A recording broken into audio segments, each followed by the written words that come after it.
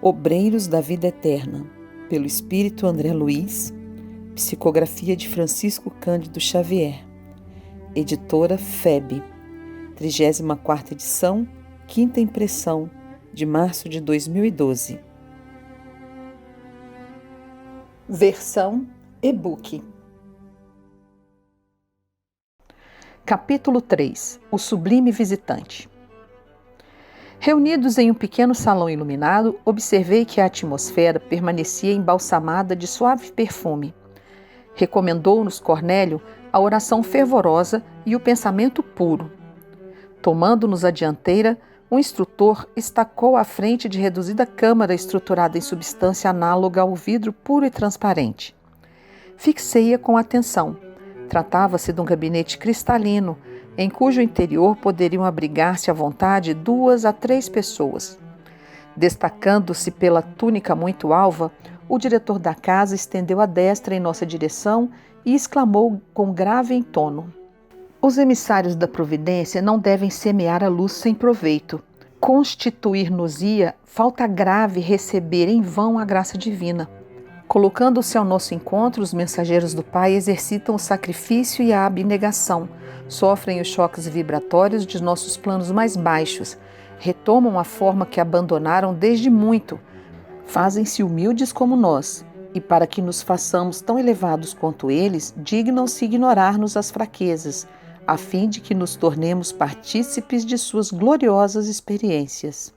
Interrompeu o curso das palavras, fitou-nos em silêncio e prosseguiu noutro tom.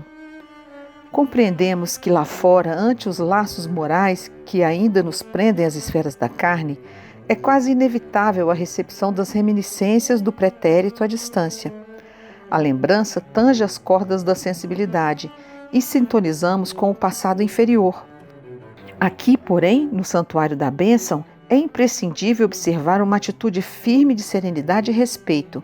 O ambiente oferece bases à emissão de energias puras e, em razão disso, responsabilizaremos os companheiros presentes por qualquer minúcia desarmônica no trabalho a realizar. Formulemos, pois, os mais altos pensamentos ao nosso alcance, relativamente à veneração que devemos ao Pai Altíssimo." Para outra classe de observadores, o instrutor Cornélio poderia parecer excessivamente metódico e rigorista.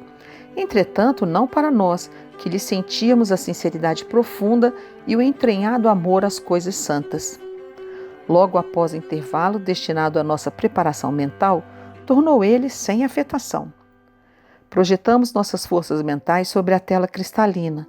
O quadro a formar-se constará de paisagem simbólica em que águas mansas, personificando a paz, alimentem vigorosa árvore, a representar a vida. Assumirei a responsabilidade da criação do tronco, enquanto os chefes das missões entrelaçarão energias criadoras, fixando o lago tranquilo." E dirigindo-se especialmente a nós outros, os colaboradores mais humildes, acrescentou: "Formarão vocês a veste da árvore e a vegetação que contornará as águas serenas, bem como as características do trecho de firmamento que deverá cobrir a pintura mental." Após ligeira pausa, concluía: "Este o quadro que ofereceremos ao visitante excepcional, que nos falará em breves minutos.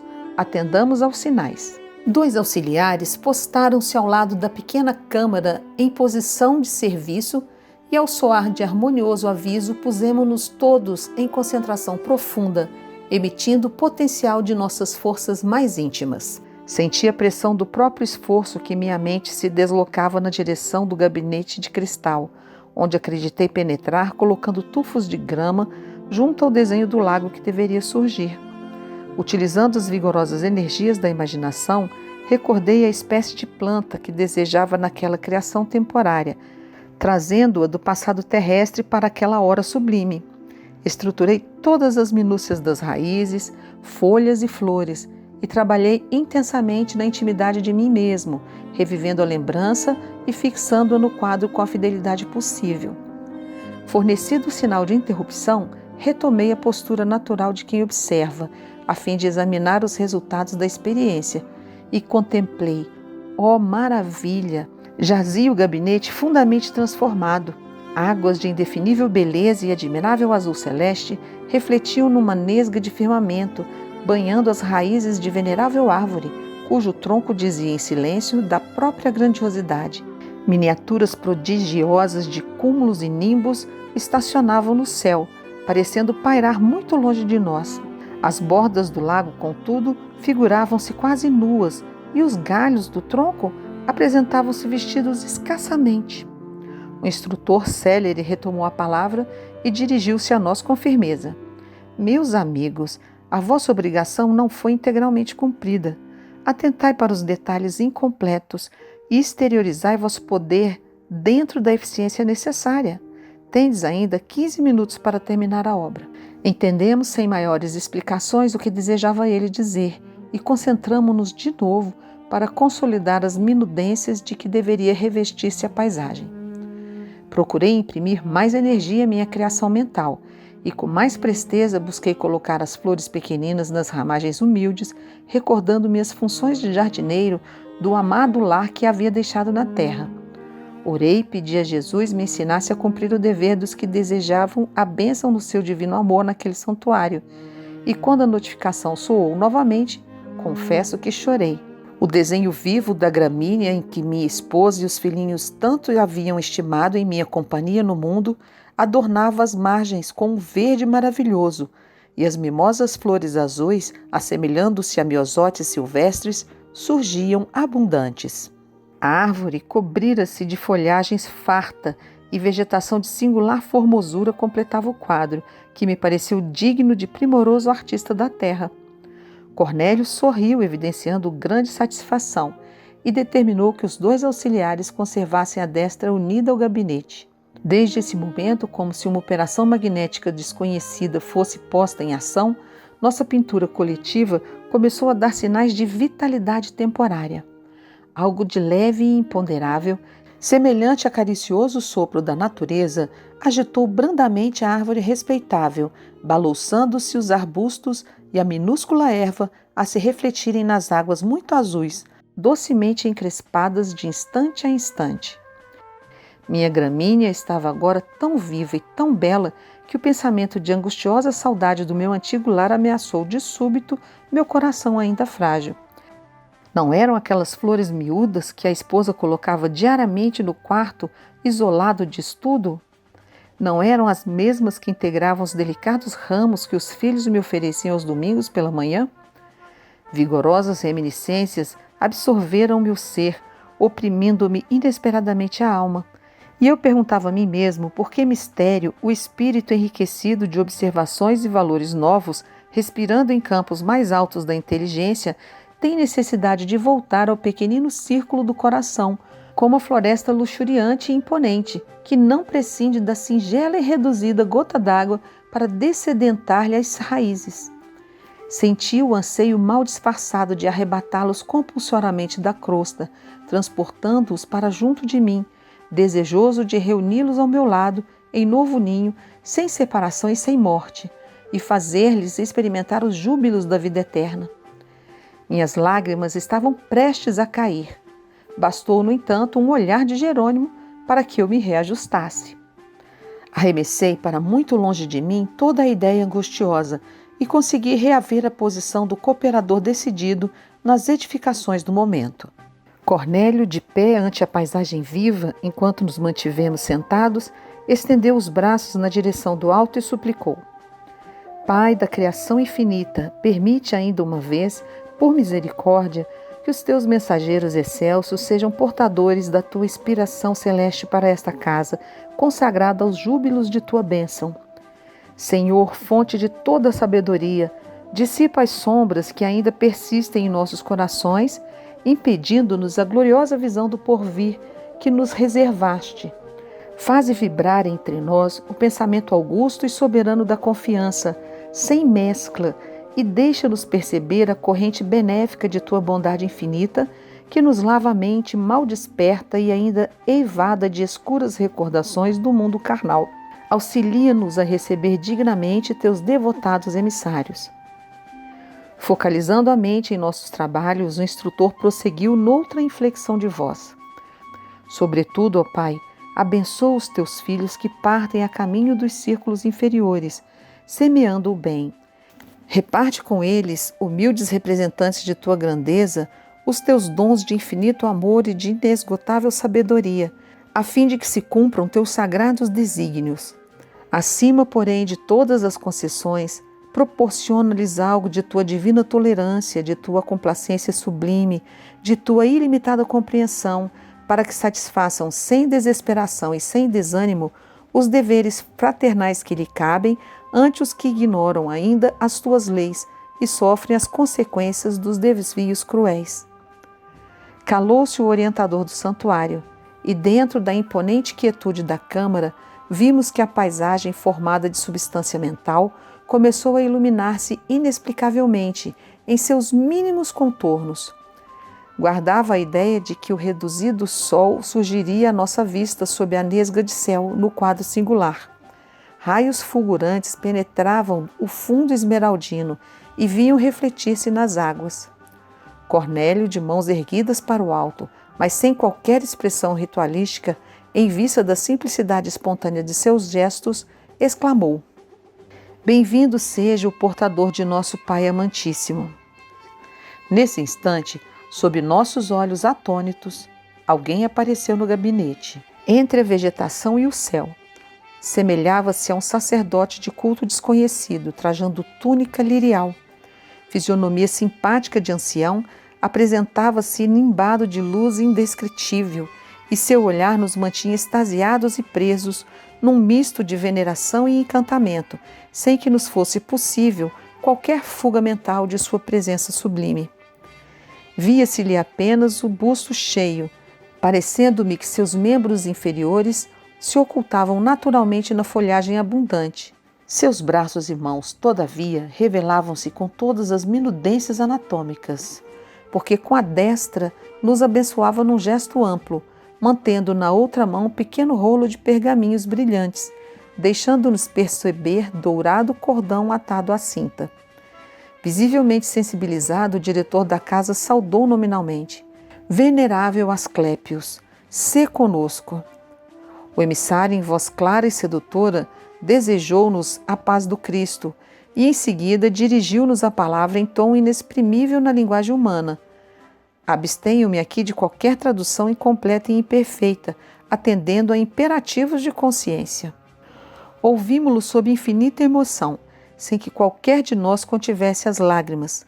O verbo do admirável mensageiro que chegava de esferas superiores, trazendo-nos a bênção divina, caía-nos na alma de modo intraduzível e acordava-nos o Espírito eterno para a infinita glória de Deus e da vida imortal. Não conseguiria descrever o que se passava em mim. Jamais escutar alguém com aquele misterioso e fascinante poder magnético de fixação dos ensinamentos que se fizera emissário. Ao abençoar-nos, ao término da maravilhosa locução, irradiavam-se de sua destra muito alva pequeninos focos de luz em forma de minúsculas estrelas que se projetavam sobre nós, invadindo-nos o tórax e a fronte e fazendo-nos experimentar o júbilo inenarrável de quem sorve feliz, vigorosos e renovadores alentos da vida. Quiséramos prolongar indefinidamente aqueles minutos divinos, mas tudo fazia acreditar que o mensageiro estava prestes a despedir-se. Interpretando, contudo, o pensamento da maioria, Cornélio dirigiu-lhe a palavra e indagou-lhe humilde se os irmãos presentes poderiam endereçar-lhe algumas solicitações. O arauto celeste aqueceu, sorrindo, num gesto silencioso, colocando-nos à vontade, dando-me a impressão de que aguardava semelhante pedido. A irmã Semprônia, que chefiava pela primeira vez a turma de socorro ao serviço de amparo aos órfãos, foi a primeira a consultá-lo. Venerável amigo, disse com transparente sinceridade, temos algumas cooperadoras na crosta que esperam de nós uma palavra de ordem e reconforto para prosseguirem nos serviços a que se devotaram de coração fiel. Desde muito tempo experimentam perseguições declaradas e toleram o sarcasmo contínuo de adversários gratuitos que lhes ferem o espírito sensível, atacando-lhes os melhores esforços por meio de maldades sem conta. Inegavelmente não cedem ante os fantasmas da sombra e mobilizam as energias no trabalho de resistência cristã. Exercendo funções de colaboradora nesta expedição de socorro que agora chefio pela primeira vez, conheço de perto a dedicação que nossas amigas testemunham na obra sublime do bem, mas não ignoro que padecem heróicas e leais há quase 30 anos sucessivos ante o assédio de inimigos implacáveis e cruéis. Após curto silêncio que ninguém se atreveu a interromper, a consulente concluiu perguntando: que devemos dizer a elas, respeitável amigo? Por que palavras esclarecedoras e reconfortantes sustentar-lhes o ânimo em tão longa batalha? De alma voltada para o nosso dever, aguardamos de vossa generosidade o alvitre oportuno. Vimos então o inesperado. O mensageiro ouviu paciente e bondoso, revelando grande interesse e carinho na expressão fisionômica, e depois que Semprônia deu por terminada a consulta, retirou uma folha dentre os pergaminhos alvinitentes que trazia de modo intencional e abriu-a à nossa vista, lendo todos nós o versículo 44 do capítulo 5 do Evangelho do apóstolo Mateus. Eu, porém, vos digo, amai a vossos inimigos, bendizei o que vos maldizem, fazei bem aos que vos odeiam e orai pelos que vos perseguem e caluniam. O processo de esclarecimento e informação não podia ser mais direto, nem mais educativo. Decorridos alguns instantes, Semprônia exclamou humildemente: compreendo, venerável amigo. O emissário, sem qualquer afetação dos que ensinam por amor próprio, comentou: os adversários, quando bem compreendidos e recebidos cristamente, constituem precioso auxílio em nossa jornada para a união divina. A síntese verbal condensava explicações que somente seriam razoáveis em compactos discursos. A meu ver, não obstante a beleza e edificação do ensino recolhido, o método não recomendava extensão de perguntas de nosso lado. Mas o irmão Raimundo, do grupo socorrista dedicado à assistência aos loucos, tomou a iniciativa e interrogou: tolerante amigo, que fazer ante as dificuldades que me defrontam nos serviços marginais da tarefa? Interessando a órbita de nossos deveres com os desequilibrados mentais na crosta terrestre, venho assistindo certo agrupamento de irmãos encarnados que não estão interpretando as obrigações evangélicas como deviam. Em verdade, convocam-nos à colaboração espiritual pronunciando belas palavras, mas no terreno prático se distanciam de todas as atitudes verbais da crença consoladora. Estimam as discussões injuriosas, fomentam o sectarismo, dão grande apreço ao individualismo inferior que desconsidera o esforço alheio, por mais nobilitante que seja. Quase sempre entregam-se a rixas infindáveis e gastam o tempo estudando meios de fazerem valer as limitações que lhes são próprias. Por mais que lhes ensinemos a humildade, recorrendo não a nós, mas ao exemplo eterno do Cristo, mais se arvoram em críticos impiedosos, não apenas uns dos outros, e sim de setores e situações, pessoas e coisas que lhes não diz respeito, incentivando a malícia e a discórdia, o ciúme e o desleixo espiritual. No entanto, reúnem-se metodicamente e nos chamam à cooperação de seus trabalhos. Que fazer, todavia, respeitável orientador, para que maiores perturbações não se estabeleçam? O mensageiro esperou que o consulente se desse por satisfeito em suas indagações e, em seguida, muito calmo, repetiu a operação anterior e tivemos, ante os olhos, outro pergaminho com a inscrição do versículo 11 do capítulo 6 da primeira epístola do apóstolo Paulo a Timóteo. Mas tu, ó homem de Deus, foge dessas coisas e segue a justiça, a piedade, a fé, a caridade, a paciência, a mansidão. Permaneceu Raimundo na expectativa, figurando-se-nos não haver interpretado a advertência quanto devia, mas a explicação sintética do visitante não se fez esperar. O discípulo que segue as virtudes do mestre, aplicando-as a si próprio, foge às inutilidades do plano exterior, acolhendo-se ao santuário de si mesmo e auxilia os nossos irmãos imprevidentes e perturbados, rixosos e ingratos, sem contaminar-se. Registrando as palavras sábias de Asclépios, Raimundo pareceu acordar para a verdade e murmurou com algum desapontamento: aproveitarei a lição. Novo silêncio verificou-se entre nós. A irmã Luciana, porém, que nos integrava o pequeno grupo, tomou a palavra e perguntou: Esclarecido mentor, esta é a primeira vez que vou à crosta em tarefa definida de socorro. Podereis fornecer-me, porventura, a orientação de que necessito? O emissário, que parecia trazer respostas bíblicas preparadas de antemão, desdobrou nova folha e lemos admirados o versículo 9 do capítulo 4 da primeira epístola do apóstolo da gentilidade aos Tessalonicenses. Quanto, porém, à caridade fraternal, não necessitais de que vos escreva, visto que vós mesmos estáis instruídos por Deus, que vos ameis uns aos outros. Algo confundida, Luciana observou reverente: Compreendo, compreendo. O evangelho aplicado, comentou o mensageiro delicadamente, ensina-nos a improvisar os recursos do bem nas situações mais difíceis. Fez-se de novo extrema quietude na câmara, talvez pelo nosso péssimo hábito de longas conversações sem proveito, adquirido na crosta planetária. Não encontrávamos grande encanto naquelas respostas francas e diretas, sem qualquer lisonja ao nosso personalismo dominante. Rolavam instantes pesados, quando observamos a gentileza e a sensibilidade do diretor do Santuário da Bênção. Notando que Semprônia, Raimundo e Luciana eram alvos de nossa indiscreta curiosidade, Cornélio inquiriu de Asclépios como se fora mero aprendiz. Que fazer para conservar a alegria no trabalho, perseverança no bem, devotamento à verdade? O mensageiro contemplou-o num sorriso de aprovação e simpatia, identificando-lhe o ato de amor fraternal, e descerrou novo pergaminho, em que se lia o versículo 16 do capítulo 5 da primeira carta de Paulo aos Tessalonicenses. Regozijai-vos sempre. Em seguida falou jovial: a confiança no poder divino é a base do júbilo cristão, que jamais deveremos perder.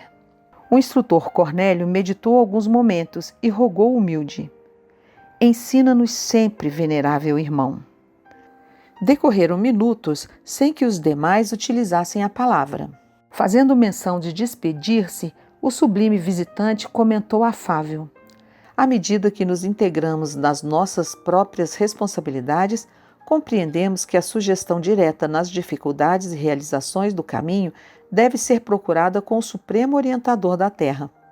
Cada espírito, herdeiro e filho do Pai Altíssimo, é um mundo por si, com as suas leis e características próprias. Apenas o Mestre tem bastante poder para traçar diretrizes individuais aos discípulos. Logo após, abençoou-nos carinhoso, desejando-nos bom ânimo. Reconfortados e felizes, vimos o mensageiro afastar-se, deixando-nos envolto numa onda de olente e inexplicável perfume. Ambos os auxiliares que se mantinham a postos retiraram as mãos do gabinete e, depois de várias operações magnéticas efetuadas por eles, desapareceu a pintura mental, voltando a peça de cristal ao aspecto primitivo. Tornando a conversação livre, indagações enormes oprimiam-me o cérebro. Não me contive. Com a permissão de Jerônimo e liderando companheiros tão curiosos e pesquisadores quanto eu, acerquei-me de Cornélio e despejei-lhe aos ouvidos uma grande cópia de interrogações. Acolheu-me benévolo e informou: pertence a Asclépios a comunidades redimidas do plano dos imortais, nas regiões mais elevadas da zona espiritual da Terra. Vive muito acima de nossas noções de forma e condições inapreciáveis à nossa atual conceituação de vida.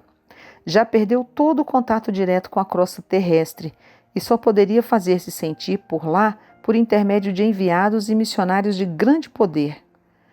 Apreciável é o sacrifício dele vindo até nós, embora a melhoria de nossa posição em relação aos homens encarnados. Vem aqui raramente. Não obstante, algumas vezes, outros mentores da mesma categoria visitam-nos por piedade fraternal. Não poderíamos, por nossa vez, demandar o plano de Asclépios a fim de conhecer-lhe a grandeza e sublimidade? Perguntei. Muitos companheiros nossos, assegurou-nos o instrutor, por merecimentos naturais no trabalho, alcançam admiráveis prêmios de viagem. Não só às esferas superiores do planeta que nos serve de moradia, mas também aos círculos de outros mundos. Sorriu e acrescentou: Não devemos esquecer, porém, que a maioria efetua semelhantes excursões somente na qualidade de viajores, em processo estimulante do esforço pessoal, à maneira de jovens estudantes de passagem rápida pelos institutos técnicos e administrativos das grandes nações. Raros são ainda os filhos do planeta em condições de representá-lo dignamente noutros orbes e círculos de vida do nosso sistema. Não me deixei impressionar e prossegui perguntando: Asclépios, todavia, não mais reencarnará na crosta? O instrutor gesticulou significativamente e esclareceu: poderá reencarnar em missão de grande benemerência, se quiser, mas há intervalos de 5 a 8 séculos entre as reencarnações. Ó Deus! Exclamei, como é grandioso semelhante estado de elevação! Constitui sagrado estímulo para nós, ajuntou o mentor atenciosamente. Devemos acreditar? Interroguei admirado. Seja esse o mais alto grau de desenvolvimento espiritual no universo? O diretor da casa sorriu compassivo em face de minha ingenuidade e considerou: de modo algum. Asclépios relaciona-se entre os abnegados mentores da humanidade terrestre, partilha da soberana elevação da coletividade a que pertence, mas efetivamente é ainda entidade do nosso planeta, funcionando embora em círculos mais altos de vida. Compete-nos peregrinar muito tempo no campo evolutivo para lhe atingirmos as pegadas. No entanto, acreditamos que o nosso visitante sublime suspira por integrar-se no quadro de representantes do nosso orbe, junto às gloriosas comunidades que habitam, por exemplo, Júpiter e Saturno. Os componentes dessa, por sua vez, esperam ansiosos o instante de serem convocadas divinas assembleias que regem o nosso sistema solar. Entre essas últimas estão os que aguardam cuidadosos e vigilantes o minuto em que serão chamados a colaborar com os que sustentam a constelação de Hércules, a cuja família pertencemos. Os que orientam nosso grupo de estrela aspiram naturalmente a formar um dia na coroa de gênios celestiais que amparam a vida, dirigem-na no sistema galáctico em que nos movimentamos. E sabe, meu amigo, que a nossa Via Láctea, viveiro e fonte de milhões de mundos, é somente um detalhe da criação divina numa nesga do universo? As noções de infinito encerraram a reunião encantadora no Santuário da Bênção. Cornélio estendeu-nos a mão, almejando-nos felicidade e paz, e despedimo-nos sob enorme impressão entre a saudade e o reconhecimento.